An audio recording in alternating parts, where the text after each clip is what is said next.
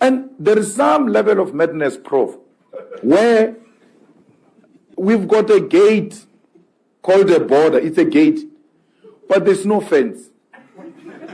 Just imagine a person going to his house. He has installed a gate, and there's no fence. He opens that gate and closes it, and not just close it, lock it. There's no fence. No, anyone who says there is a fence is lying. There's no fence. These are artificial. So we need to industrialize. We need to electrify the whole continent. We can get ESCOM to electrify the whole continent. And the whole continent pays us for electricity. Because ESCOM has got the necessary capacity to can electrify the whole continent. Don't tell me about these man-made problems, which can be resolved by capacity only. So you have to now use the minerals of the continent in the continent. So if we are good with giving them electricity, another country will be good at giving us this. And then imagine us alone, Prof, with Zimbabwe. We account for not less than 85% of the platinum. Then the next biggest country who has platinum is Russia. So if we bring Russia, then we are now at 90% owners of platinum. Why can't we decide the price of platinum? Because we're the owners of platinum.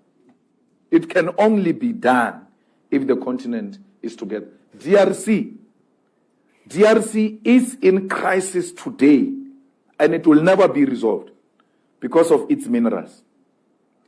Those people destabilizes that country so that they can take the minerals in that country without paying taxes because there is no proper government. I mean, people go into a forest and build a landing strip. There's no one who controls the airspace there. They just go in, zoom, collect whatever they collect and leave. When we say one continent, all of that, those are the people who get threatened that no, what's going to happen to this thing that we're doing? So, as students of decoloniality, you should know how the borders came about. And you can't say you don't support apartheid and colonialism and support the things that made us to be divided the way we are. So they always say, no, I can't vote for EFF. Why? Because of the borders. Then I normally ask them the question, who made the borders? Is the EFF now that has made the borders? It's not EFF that made the borders. Why are you accusing us of the things we have not? There were no borders. And all of us must advocate for that. The EFF advocates for one Africa, where movements of goods and individuals is free and we can trade with one another. One of the things we need to do is to revive the African economy to avoid this pettiness that we are being subjected to. Because in the absence of industrialized continent, our brothers and sisters are always going to look for greener pastures. That's how, by the way, we arrived here. There's no one here seated here who can claim that their ancestors didn't arrive here looking for greener pastures. They were moving from the north to the south. And their survival was what we used to call hunter, gatherer, fisher. So it's hunting, it's gathering, and it's fishing. So they always look for a green land. And next to it, there must be water because there must be fishing. But not only for fishing, this livestock that we go around with, it must have a river where it can drink water from, beautiful land where it can graze. It can never be with our generation that advocates for decoloniality, then say Africans are not free to move in their own continent. Show me in any policy of the EFF where I say Africans must not have documents. The reason why you are not catching these Mozambicans who are stealing cars is because of that gate. But once we all belong to one continent, everybody will be having a passport of that continent. Everyone. Which means You can be located somewhere. We'll find you, everybody. So what is your problem? This thing that when people are hungry, they are going to leave their countries and come here is not true. I come from a poverty-stricken province of Limpopo. There is no fence. My people stay there. They never came here to come and cause trouble for you. Yet there is no fence, and yet they are poor. They don't have water and electricity in almost, just from Amanskral going down. Amanskral people never moved from Amanskral to come to Sandton because there is water there. So this is unscientific. This is based on pure hatred of self. It's a pure self-hatred which has got no basis. We can argue it. Well, you heard the speech from Malema, and I appreciate also his word, because there's no country or continent in the world which developed by closing its borders. This is not true, and we need to abolish these borders in order Africa to develop or to move from where we want.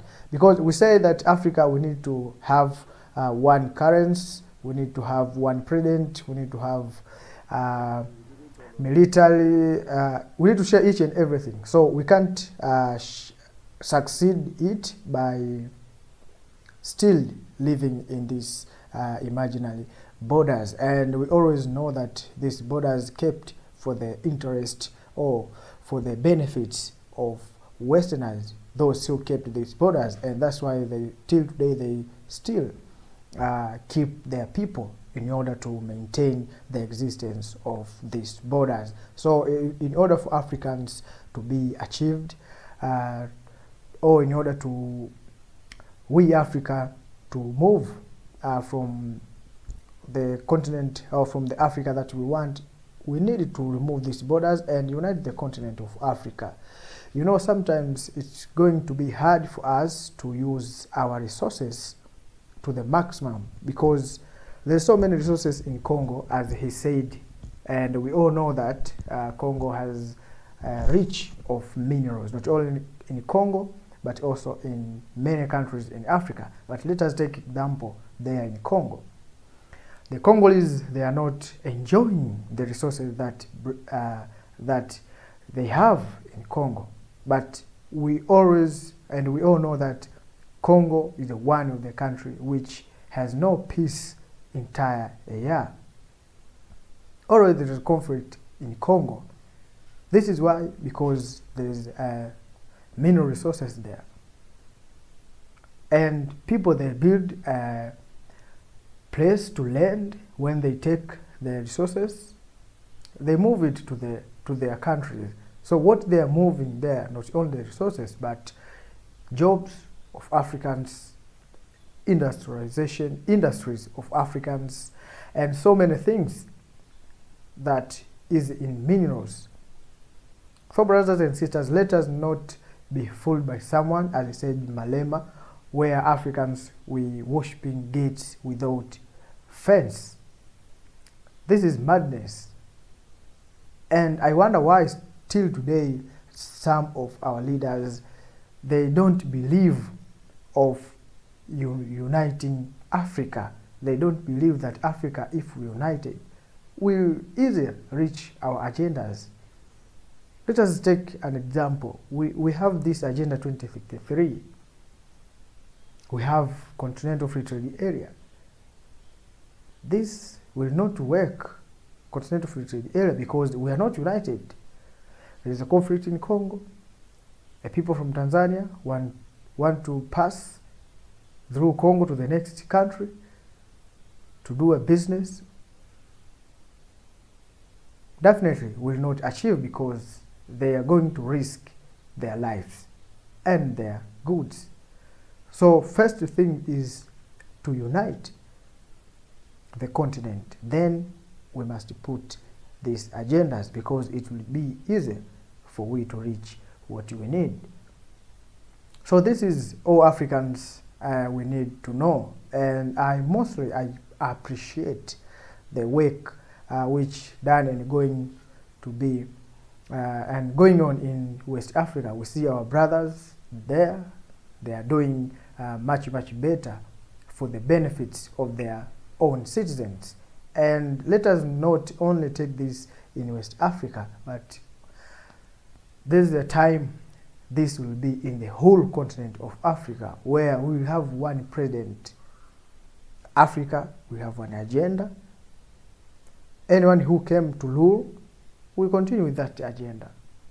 This is the only way that Africa we can shift faster to the Africa that we want. So brothers and sisters, let me end here, and I want you also to have or to comment anything on this video in the comment section, and let us allow to share these kinds of ideas to many youth of Africans in the continent and for those who are in diaspora, because the continent of Africa is for we Africans, not for other race from abroad, the continent. So brothers and sisters, thanks for watching till starting from the beginning up to now, and let us share this, comment, and subscribe if you're not subscribing this channel, because this is our family, Facts About Africa. We're changing the narrative, negative narrative, Mother Africa. We share our ideas like this, and sometimes we provide solution, because we believe that African solutions for African problem for African solution. So brothers and sisters, have a nice day. Welcome back to the next episode.